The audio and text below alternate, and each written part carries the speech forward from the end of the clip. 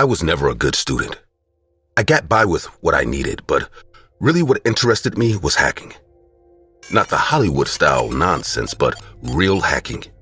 Breaking into places I wasn't supposed to, finding information hidden behind encrypted layers. It started as a game, then turned into something more. Something dangerous. My little brother Max always looked up to me. He saw me as some kind of genius. I knew better. Our mother was sick, some kind of rare genetic disease that doctors barely understood. Every visit to the hospital drained her and us. No insurance, no miracle cure, just a slow decline. I spent my days working a dead-end IT job and my nights diving into the darkest corners of the web. Maybe I was looking for answers. Maybe I was just running away. Either way, I never expected what happened next. I came home late, exhausted. The TV was already on, some mindless background noise to fill the silence. I collapsed onto the couch, letting the static hum numb my thoughts. Then I heard something, a faint tapping. Not loud, but distinct. I followed the sound to Max's room. His laptop screen glowed in the darkness, casting his face in pale blue light. He wasn't watching cartoons. He was on a website I recognized immediately. One of those deep web marketplaces. But it wasn't drugs or weapons. It was a medical site, and in the center of the screen was a video feed of a man. He wasn't a doctor. His face was stretched in an unnatural grin. His teeth too white, too even. His eyes were wide, unblinking. He stared at the screen like he could see through it. Every inch of him screamed danger. I lunged forward and slammed the laptop shut. "What the hell are you doing, Max?" "I just wanted to help Mom. I saw you go into the deep web before. I thought I could find a cure." I grabbed his shoulders, trying to calm him down. His voice cracked with guilt. I wanted to yell, but what was the point? I had already exposed him to this world. I shut down his laptop and told him never to go back. I should have smashed it. I should have burnt it, but I didn't, and that was my biggest mistake. A few hours later, someone knocked on the door. It was late, too late for visitors. I hesitated before checking the peephole. Nobody was there. I opened the door slightly. The cold air hit my skin. Silence. I locked it again, shaking my head. Probably just kids messing around.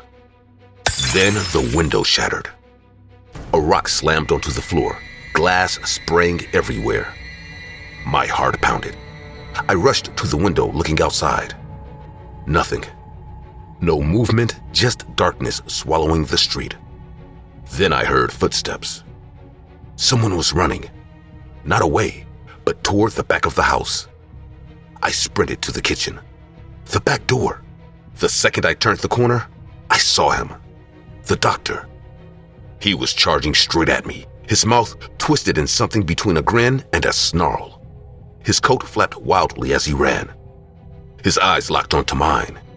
Before I could react, he crashed into me. Pain exploded through my ribs as I hit the floor. His fist came down like hammers. I tried to push him off, but he was strong, too strong. Then I saw the glint of metal in his hand. A syringe. I thrashed, but the needle sank into my neck. A burning sensation spread through my veins. My body went limp. Max screamed. The doctor turned his head slightly, studying him. Then he let go of me and stood up. I knew where he was going. Mom. I forced myself to move, dragging my useless body toward the bedroom. I could hear Max's panicked breaths, the sound of him trying to stop the doctor. It was useless. Max cried out as he was thrown aside. I barely made it to the doorway before I saw him pull something from his bag. It was a metal rod and some wires. He pressed it against my mother's chest and flipped a switch. Electricity surged through her body. She convulsed violently, her eyes rolling back. The smell of burning flesh filled the room. She screamed, a sound so raw and inhuman that it carved itself into my brain forever. I tried to reach her, My fingers brushed against the floor. That's all I could do. Max sobbed, curled up on the ground. The doctor didn't even glance at him. He just watched our mother expressionless. Then he knelt, touching her neck. She wasn't moving anymore. The doctor sighed like he had just finished a long day of work. He reached out and gently closed her eyes. Then, without a word, he stood and walked out. I wanted to grab him, to tear him apart, but I couldn't even stand. Max was still crying, his small hands clenched into fists. He looked at me, waiting for me to fix this. I couldn't. I could only watch as the doctor stepped over broken glass, walked through the front door, and disappeared into the night. The police didn't believe us. They found no trace of forced entry, no fingerprints. My mother's death was ruled a seizure caused by her condition. The wounds, probably from convulsions. Can you believe that? How can a person with this condition be diagnosed of a seizure? In that moment, I understood something. Maybe the police did believe us and didn't want to get involved. Then the sickness started. It began as fatigue. Then my hands started trembling. Some days I could barely stand. Doctors had no answers. They ran tests, but nothing matched any known illness. Something was eating me from the inside. Max never recovered. He blamed himself. The weight of our mother's death crushed him. He stopped speaking, stopped going to school. I tried to reach him, but what could I say? It wasn't his fault. I don't know how much time I have left. I just know that after I'm gone, even though he will be with my aunt, in reality, he will be alone. Hey guys, we noticed that only a small portion of you are subscribed to the channel. If you really enjoy our stories, please follow us and like the video. It's free and it really helps us a lot to keep growing. We upload videos daily and interact a lot with our community, as we upload stories that you recommend us, and once a month, we upload your own stories. And to those of you who are already subscribed, we appreciate all your likes, comments, and your constant support. You are as much a part of SSG Animations as we are. And now, back to the video.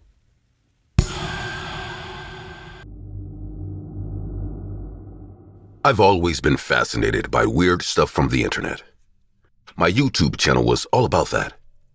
Haunted objects, cursed websites, mystery boxes. The more bizarre, the better. So when I found a deep web listing selling a cursed box for a few $100, I bought it without hesitation. Easy content, right? A week later, a plain cardboard box arrived at my door. No markings, no return address. I set up my camera expecting something creepy, something worth the money. I opened it, and my heart sank. Fake guns, plastic knives, cheap horror props. A total scam. I laughed bitterly, thinking of how I'd at least get a video out of my disappointment. But then I saw it. At the bottom of the box, half hidden under crumpled newspapers, was a single human tooth. It wasn't rotten, but it wasn't clean either. Faintly yellow, a bit of dried gunk near the root. It felt oddly out of place among the other junk. Maybe the seller put it in as a joke. I had no idea, but I kept it. Figure it would be a good final touch for the video. I didn't know then that this tiny, disgusting object would ruin my life. The next morning, I woke up with a fever. My throat burned, my muscles ached. I never got sick, so it was weird, but I shrugged it off. Probably just bad timing. I still planned to shoot the video, but then my camera died. Just wouldn't turn on. Fine, I thought. I'd film tomorrow. Then I broke a glass while making breakfast, cutting my palm. A deep slice. Blood dripped into the sink as I wrapped it in a towel. I was getting annoyed now. Little things all piling up. That afternoon, my phone screen cracked for no reason. It had been sitting on the table. I hadn't even touched it. By evening, I felt like hell.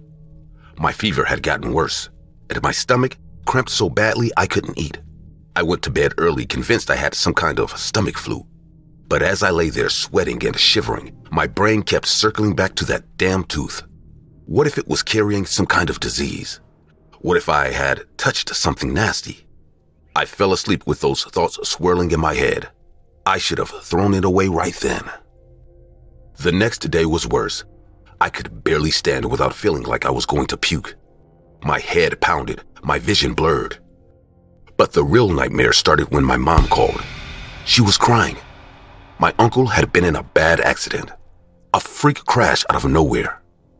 He was in surgery. My stomach twisted. I barely processed what she was saying. Then, as if on a cue, my apartment lights flickered and went out. Power outage. Great. I sat there in the dark, phone still pressed to my ear, listening to my mom sob. Something was wrong. I knew it. This wasn't just bad luck. I looked at the box sitting in the corner of my room, the tooth still inside. My skin crawled. It felt like it was staring at me. I needed to get rid of it. Now. Despite feeling like death, I forced myself out of bed. I grabbed the tooth, wrapped it in tissue, and stumbled outside. I threw it in the nearest dumpster and turned away without looking back. That was it. It had to be it. Back home, I collapsed onto my couch, exhausted. For the first time in days, I felt like I could finally breathe. Maybe I was just being paranoid. Maybe I was overreacting. It was just a tooth. Just a stupid tooth. Then I heard something behind me. A soft click, like nails tapping against the floor. I turned around slowly, every muscle in my body tense. Nothing. The room was empty. I laughed at myself, shaking my head. I was losing it. This fever was messing with me. But when I looked down at my hands, I saw that they were shaking. I went to bed early, drained from everything. But sleep didn't come easy. I kept waking up to the sound of something moving in the apartment. Scraping noises, breathing. Every time I turned on the light, there was nothing. Then around 3 a.m., I got up to get some water. As I walked back to my room, I felt the floor shift beneath me. My foot slipped. Before I could react, I was falling. My head hit the stairs hard, and my vision went black for a second. Pain exploded through my skull. When I managed to open my eyes, I saw him. A man crouched at the top of the stairs, naked, except for black paint covering his body in tribal patterns. His eyes locked onto mine, and he grinned. In his hand was one of the fake knives from the box. Before I could move, he launched himself down the stairs, on all fours. Fast. Too fast. He slammed into me, his teeth snapping inches from my face. I screamed as he bit down on my cheek, pain ripping through me like fire. I struggled, punching, kicking. My hand found something, one of the plastic guns from the box. I smashed it against his head. He recoiled, snarling. Then everything went dark again. I woke up on the floor. My head throbbed. My body ached. The apartment was silent. Had it been a dream? A fever hallucination? I groaned and sat up. My face hurt. I touched my cheek and froze. My fingers came away with blood. I scrambled to the mirror. Bite marks. Deep, jagged. Like an animal had attacked me. But that was impossible. It had to be. My eyes darted around the room. The box was still there. The fake weapons, the junk. But the tooth, gone. I grabbed everything from the box and threw it all in a trash bag. The fake knives, the guns, everything. I ran outside and dumped it all into the dumpster. My heart pounded as I slammed the lid shut. I didn't look back. I never made the video. Never mentioned the box again. My channel slowly died. I didn't care. The nightmares never really stopped. Sometimes I wake up feeling something crawling on my skin. Sometimes I hear the tapping at night. I tell myself it's just nothing, just paranoia, just my mind playing tricks on me. But I still check my reflection every morning. I still see the scars, and sometimes when I smile, I swear I see an extra tooth in my mouth, that wasn't there before.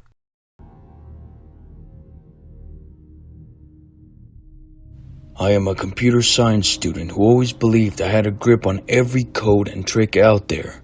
I spent long nights in front of my computer exploring forums and obscure sites with confidence and curiosity. My room was cluttered with textbooks, energy drink cans, and cables everywhere. I trusted my skills and prided myself on knowing more than most. Late nights were my time, and I often pushed boundaries. I would search for rare programming challenges and hidden corners of the internet. I enjoyed uncovering secrets that a few dared to explore. I started to explore parts of the internet that most considered off limits. The idea of finding something forbidden on the deep web thrilled me. I didn't expect any harm. I was sure my skills could handle any risk. My curiosity led me to a place where lines between code and chaos blurred. The dark web. My online search led me to obscure forums discussing secret networks and dangerous software. I began to dig into communities that traded in exploits and rare hacking tools. The language was blunt, and the advice was unfiltered. I followed every lead, convinced that I could decode their mysteries. Navigating through encrypted pages, I found the directions to a dark site and unusual downloads. Every click promised a thrill and a challenge. I dismissed the warnings that said that some files were best left alone. In my mind, a few precautions were all I needed. I trusted my own experience above it all. I noticed traces of activity that didn't belong to casual hackers. Strange messages and warnings hinted at a presence watching every move. My excitement grew when I realized I was not alone in the digital space. Instead of caution, I felt invincible, determined to push further. Without fully understanding the risk, I followed a trail of encrypted data into an area of the deep web where few ever visited. I didn't see the danger coming. The digital maze I entered was not just about code. It was a doorway to a threat I'd had no idea existed. One night, after hours of intense browsing, I noticed my system behaving oddly. A sudden glitch on the screen and a brief loss of power made me pause. I quickly shut down every device, thinking it was just a technical hiccup. Then I realized something wasn't right. I heard soft footsteps inside my house, echoing through the silence of the hour. My heart wasn't racing from excitement anymore. It pounded with shock and an unexpected intrusion. I forced myself to remain calm, knowing that panic wouldn't help me now. Every sound was amplified in the dark. I scrambled to disconnect my network and powered down the router. In a matter of seconds, I was plunged into a near total silence, save for the irregular sounds of movement outside of my room. I backed away from my computer and found a small closet to hide in. My mind raced as I tried to make sense of the situation. Staying motionless, I listened to the footsteps approach the corridor outside my room. The sounds were measured, as if someone was deliberately searching every corner. I realized that my intrusion into the dark corner of the web had consequences I hadn't imagined. I was not alone in my house. Inside the cramped closet, I could hear the intruder moving through the house. The sound of his steps and the occasional click of the keys on his device filled the air. I could almost count his movements as he advanced. Every noise confirmed he was there, hunting for me. I strained my ears, trying to determine his position. The silence outside was deceptive, broken only by his calculated actions. I recalled all the warnings I had brushed off online, now coming back as a cold, hard reality. My body stayed tense as I listened for any signs of his next move. The intruder's presence was everywhere, a creak in the floorboards, a door slowly opening somewhere in the distance. I could tell he wasn't randomly wandering. He was searching for me. I tried to control my breathing and remain completely still, praying that he wouldn't find where I was hiding. Every passing second felt like an eternity as I sat at the narrow space. I planned my next move, aware that any wrong sounds could draw him closer. My confidence had been crumbled as I realized that the danger wasn't in the code anymore. It was right in my own home. After what felt like an unending vigil, I decided that staying hidden any longer was not an option. I waited another 30 minutes before creeping out of the closet. With shaky hands, I turned on the light, expecting to see an empty house. Instead, the room felt eerie, unchanged, yet with a menace. I eased towards my computer desk, thinking that if I could reach it, I might have a chance to lock everything down again. As I sat in the chair beside my computer, my eyes caught a glimpse of something impossible. In the reflection of the turned-off screen, a figure stood directly behind me. As my heart sank, the figure lunged without a warning. The intruder grabbed me by the head and slammed me on the wall and then on the desk with all of his force. There was no moment to process the shock. I was thrust into a violent reality. Every impact reverberated through my skull. I tried to break free, but he was relentless. He dragged me across the floor, tossing my body against the wall as if I were nothing more than debris. I heard the crunch of the furniture and the harsh sound of my head colliding with the desk. The brutality was immediate and unyielding. "You're the threat? You're just a kid." He sneered his black boot into my mouth. The pressure silenced any scream I might have made. The force was not physical, but served as a chilling message that escape was nearly impossible. My body reacted before my mind could catch up. In the chaos of the assault, I suddenly heard a sound from the front door, a heavy knock that cut through the madness. The intruder stopped his action as he turned his attention towards the unexpected noise. I felt a brief relief, unsure if it was help or further trouble. "Understand your position. Next time, I will not stop." The words hit me harder than any blow. They were a promise to continue violence should I ever cross his path again. In that moment, I sensed the decision he had made regarding his next move. He released me completely and stepped back, allowing me to slump against the wall. I laid there, gasping for air, while his eyes never left mine. The threat in his tone, the certainty in his actions, left no room for misunderstanding. As he turned to leave, I forced myself to crawl away despite the pain.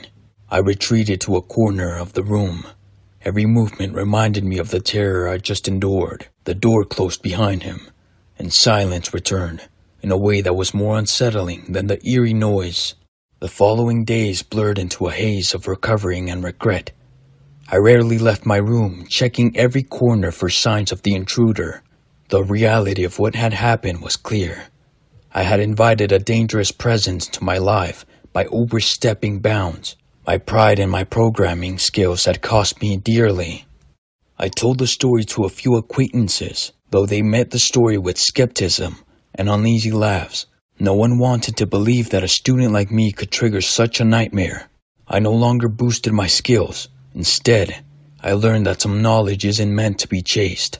Every time I sit at a computer now, a memory of that violent night flashes in my mind. I have locked away my curiosity about forbidden parts of the internet. I work on simpler, safer projects and keep my online activities strictly within known boundaries. The lesson was harsh, but unforgettable. Sometimes, when the night is quiet and the house is still, I think back on the attack with a mixed bitter humor and a cold determination. I understand now that the deep web is not a game, and no amount of technical skills can shield you from consequences.